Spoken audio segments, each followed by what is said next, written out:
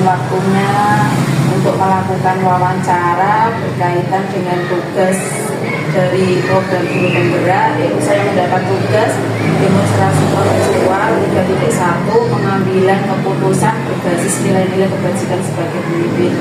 Mengganggu dari setiap sakit gitu bisa monggo untuk guna pembelajaran dengan seperti guru penggerak. Saya siap untuk mendampingi, saya siap untuk membawa untuk dimintai masukan saran. Kita langsung mulai saja ya. Untuk pertanyaan pertama, selama ini bagaimana Ibu sebagai kepala sekolah dapat mengidentifikasi kasus-kasus yang merupakan dilema etika atau rujukan moral? Selama ini saya sebagai kepala sekolah, yang kami hadapi dalam rangka mengidentifikasi kasus-kasus dilema yang ada di sekolah, kita yang pertama melihat kondisi kasusnya. Sebuah kasus dikatakan rujukan moral apabila dalam kasus tersebut ada dua buah permasalahannya, yang satu benar dan yang satu salah. Menurut hukum, namun jika kedua-duanya itu benar, maka kasus itu dikatakan benar.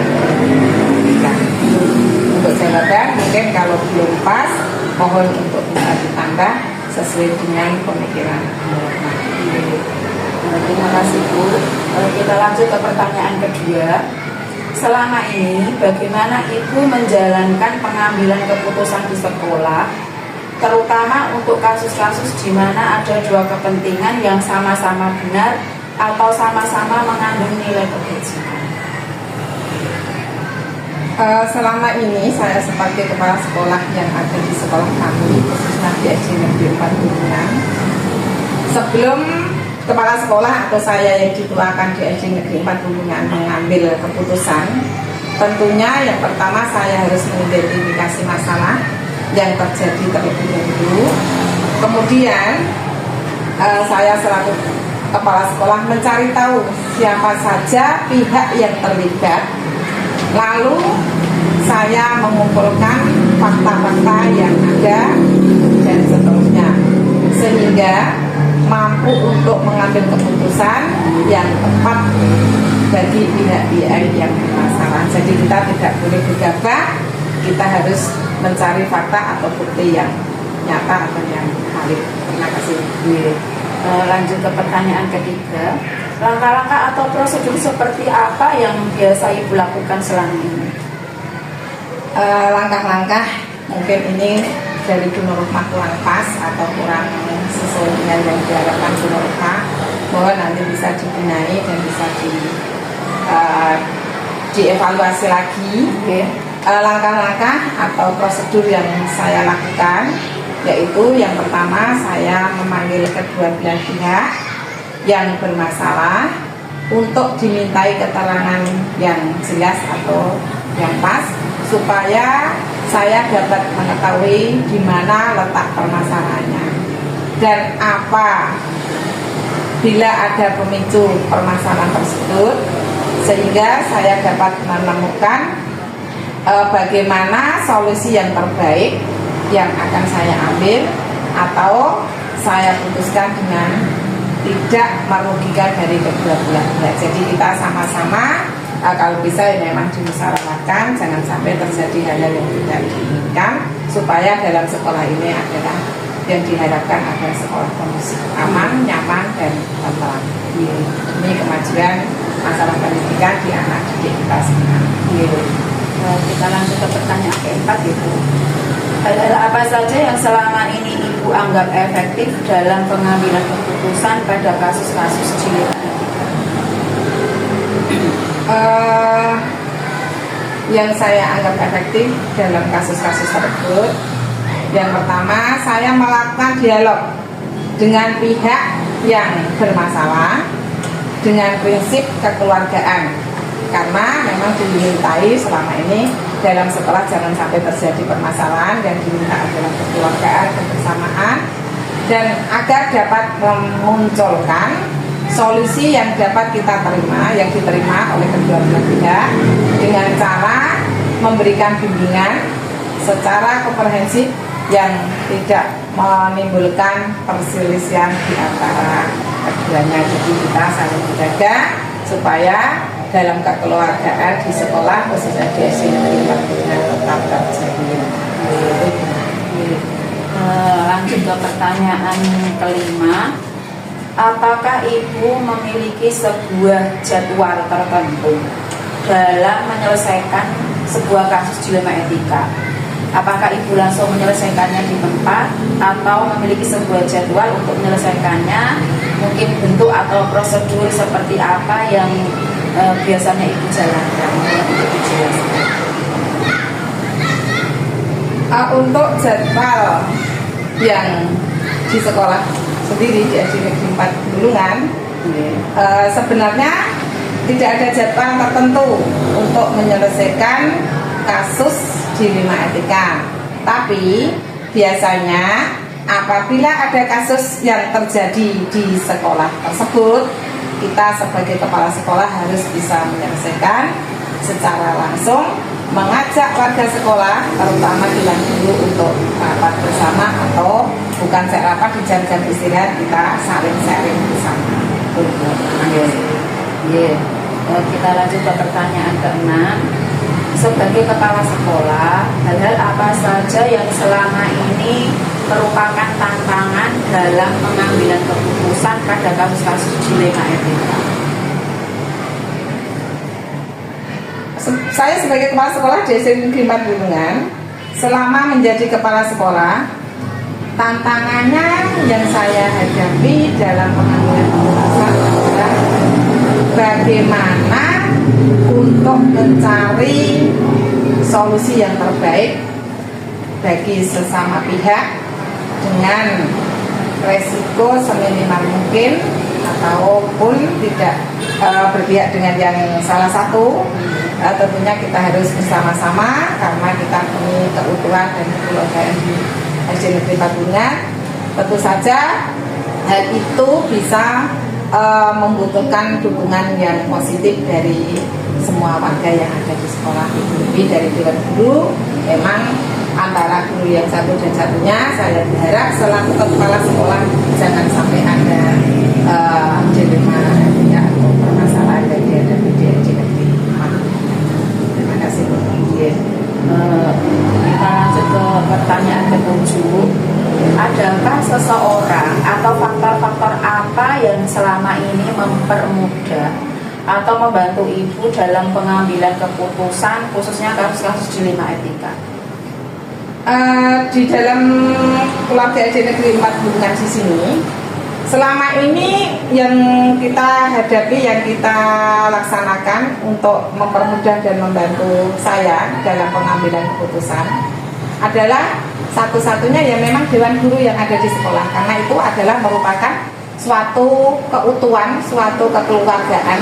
Memang ada kepala sekolah, yang ada guru, dan itulah adalah rumpun satu kekeluargaan dalam di SD Negeri.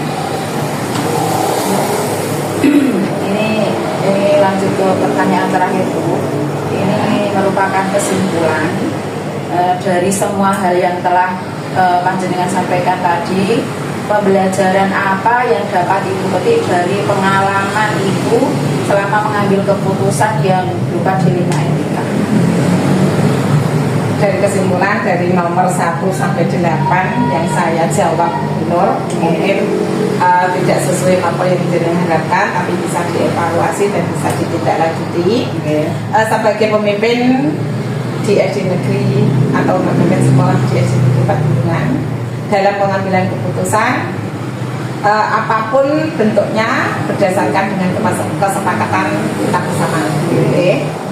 Yang kedua, dari hasil-hasil tersebut nanti kita musyawarahkan bersama dewan guru atau keluarga yang ada di sekolah, bagaimana permasalahan itu bisa terselesaikan dengan tidak memihak salah satu pihak demi kekondusifan antara dewan guru yang satu dan yang lainnya ataupun dengan warga yang ada di sekolah demi kemajuan masalah pendidikan yang ada di negeri SD 4 Bulungan. Dan monggo untuk keputusan-keputusan dari Bu Reni selaku kepala sekolah untuk ditindaklanjuti apapun bentuknya, misalkan ada yang kurang pas atau kurang sesuai dengan yang diharapkan untuk bisa dievaluasi. Tapi yang dari saya sebagai kepala sekolah memang yang bertanggung jawab di sini yang memang kekeluargaan yang saya dalam sekolah kita tetap kondusif berjalan dengan sesuai yang kita inginkan.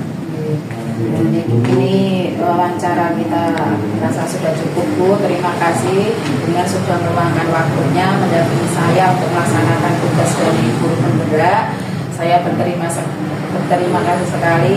Saya mohon izin pamit untuk melanjutkan aktivitas saya kembali. Terima kasih sama-sama Bu Nur. Saya juga mohon maaf belum bisa memenuhi apa yang diinginkan Bu Nur. Semoga sukses, selamat sesuai dengan yang diharapkan. Terima kasih.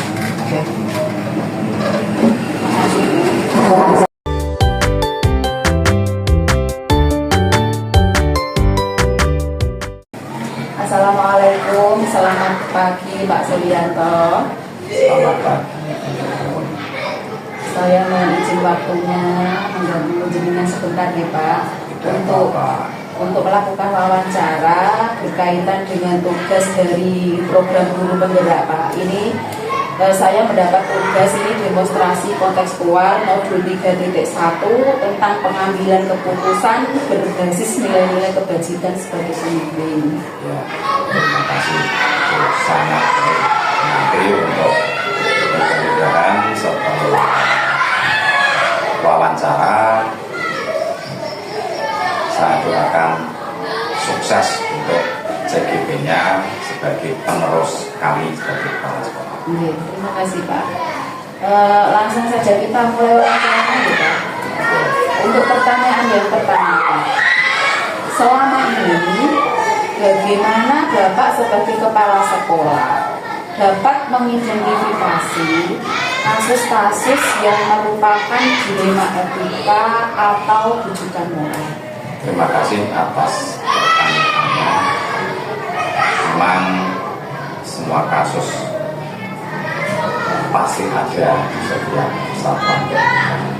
Selama ini kami sebagai kepala sekolah dalam mengidentifikasi kasus-kasus yang kami hadapi dengan cara melihat kondisi kasusnya. Sebuah kasus dikatakan rujukan moral apabila dalam kasus tersebut ada dua buah permasalahan, yang satu benar dan yang satu salah menurut hukum. Namun jika kedua-duanya benar, maka kasus itu dikatakan dengan dilema etika. Demikian. Pak, ini untuk pertanyaan yang kedua ya Pak. Selama ini bagaimana Bapak menjalankan pengambilan keputusan di sekolah Bapak, terutama untuk kasus-kasus di mana ada dua kepentingan yang sama-sama benar atau sama-sama mengandung nilai kebajikan? Terima kasih atas pertanyaan yang kedua. Sebelum saya mengambil keputusan, tentunya saya mengidentifikasi masalah yang terjadi terlebih dahulu. Kemudian mencari tahu siapa saja pihak yang terlibat. Lalu saya mengumpulkan fakta-fakta yang ada dan seterusnya, sehingga mampu mengambil keputusan yang tepat bagi pihak-pihak yang bermasalah tersebut. Demikian Mbak jawaban saya. Dan tentunya dalam pengambilan keputusan ini saya lebih mengutamakan prinsip kekeluargaan dan musyawarah untuk mufakat.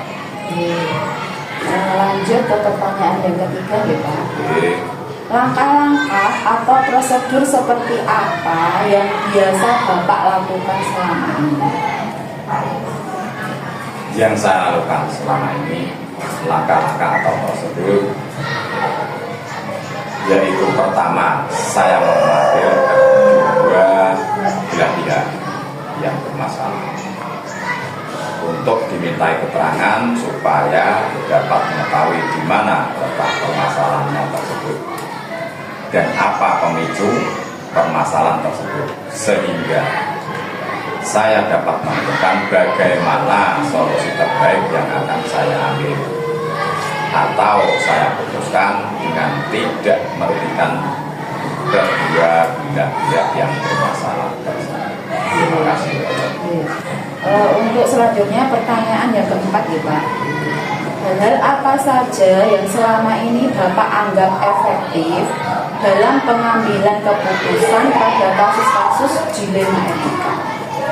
Saya melakukan dialog dengan pihak yang bermasalah dengan prinsip kekeluargaan agar dapat memunculkan solusi yang dapat diterima oleh kedua belah pihak dengan cara memberikan bimbingan secara komprehensif atau terus-menerus yang tidak menimbulkan perselisihan lagi di antara keduanya. Demikian pertanyaan yang saya bisa jawab, Mbak. Terima kasih Pak untuk jawabannya. Selanjutnya pertanyaan yang kelima. Apakah Bapak memiliki sebuah tata cara atau jadwal tertentu dalam sebuah penyelesaian kasus dilema etika? Apakah Bapak langsung menyelesaikan di tempat atau memiliki sebuah jadwal untuk menyelesaikannya? Bentuk atau prosedur seperti apa yang Bapak jalankan? Sebenarnya tidak ada jadwal tertentu untuk menyelesaikan kasus dilema etika, karena permasalahan timbul tidak kita pikirkan atau tidak disengaja dari masing-masing yang bermasalah. Biasanya apabila ada kasus yang harus diselesaikan, saya langsung mengajak warga sekolah tertentu, terutama dewan guru, untuk rapat bersama. Jadi nanti ada check and balance. Untuk pertanyaan selanjutnya, pertanyaan keenam, sebagai kepala sekolah, hal-hal apa saja yang selama ini merupakan tantangan dalam pengambilan keputusan pada kasus-kasus dilema etika? Selama menjadi kepala sekolah di sini sudah hampir selesai, sudah 7 tahun berjalan. Alhamdulillah, tantangan yang saya hadapi dalam pengambilan keputusan adalah bagaimana cara mencari solusi yang terbaik bagi semua pihak dengan resiko seminimal mungkin tidak melukai yang bermasalah. Tentu saja hal itu membutuhkan dukungan yang positif dari semua warga sekolah. Demikian Mbak jawaban saya. Kalau boleh tahu ya Pak, tadi Bapak kan mengatakan sebentar lagi, nanti Bapak memangnya mau pensiun Pak? Ya. Tahun berapa Pak? Tahun 2002. Oh, berarti tinggal 2 tahun lagi. 2 tahun berjalan. Semoga tetap sehat ya Pak sampai purna tugas. Amin. Ya, ini lanjut ya Pak ke pertanyaan ke-7 ya. Terima kasih. Adakah seseorang atau faktor-faktor apa yang selama ini mempermudah atau membantu Bapak dalam pengambilan keputusan dalam kasus dilema etika? Selama ini yang mempermudah atau membantu saya dalam pengambilan keputusan adalah Bapak Ibu Dewan Guru yang ada di sekolah. Makanya saya sangat berterima kasih atas jiwa semangat kekeluargaannya dari Bapak dan Ibu. Demikian Mbak Nur. Berarti jiwa kekeluargaan di S6 sangat kuat sekali ya Pak ya. Terima kasih Pak. Untuk lanjut, ini pertanyaan ke-8. Ini pertanyaan terakhir ya Pak. Ini dari semua hal yang telah Bapak sampaikan tadi, pembelajaran apa yang dapat Bapak petik dari pengalaman Bapak dalam mengambil keputusan dilema etika? Terima kasih Mbak atas pertanyaan. Semuanya pertanyaannya menurut saya ini sulit terjawabkan, tapi ini menurut hati nurani saya. Berdasarkan pengalaman Pak Ya, sebagai pemimpin di sekolah, dalam pengambilan keputusan apapun itu harus berdasarkan kesepakatan bersama yang dihasilkan dari musyawarah mufakat. Karena berkolaborasi sebagai tim lebih tingkat dalam menyelesaikan permasalahan daripada bekerja sendiri-sendiri. Di samping itu, komunikasi yang baik dengan setiap elemen warga sekolah juga sangat menentukan cepat lambatnya penyelesaian masalah yang ada. Dan tak lupa juga membiasakan diri untuk bertanggung jawab atas setiap keputusan yang telah ditentukan atau yang saya ambil. Demikian Mbak, sepengetahuan dari hati nurani saya untuk menjawab semua pertanyaan dari nomor 1 sampai nomor 8. Mudah-mudahan Bu Nur menerima jawaban saya dengan tulus ikhlas, mudah-mudahan sesuai dengan apa jawaban saya dengan pertanyaan tersebut. Terima kasih Bapak sudah meluangkan waktunya membersamai saya untuk kesuksesan tugas CGP saya Pak. Terima kasih atas jawaban yang Bapak berikan. Ini karena pertanyaannya sudah semua, saya mohon izin pamit Pak. Ya, terima kasih, Melanjutkan aktivitas saya ya, kembali. semoga sukses. Terima kasih Pak.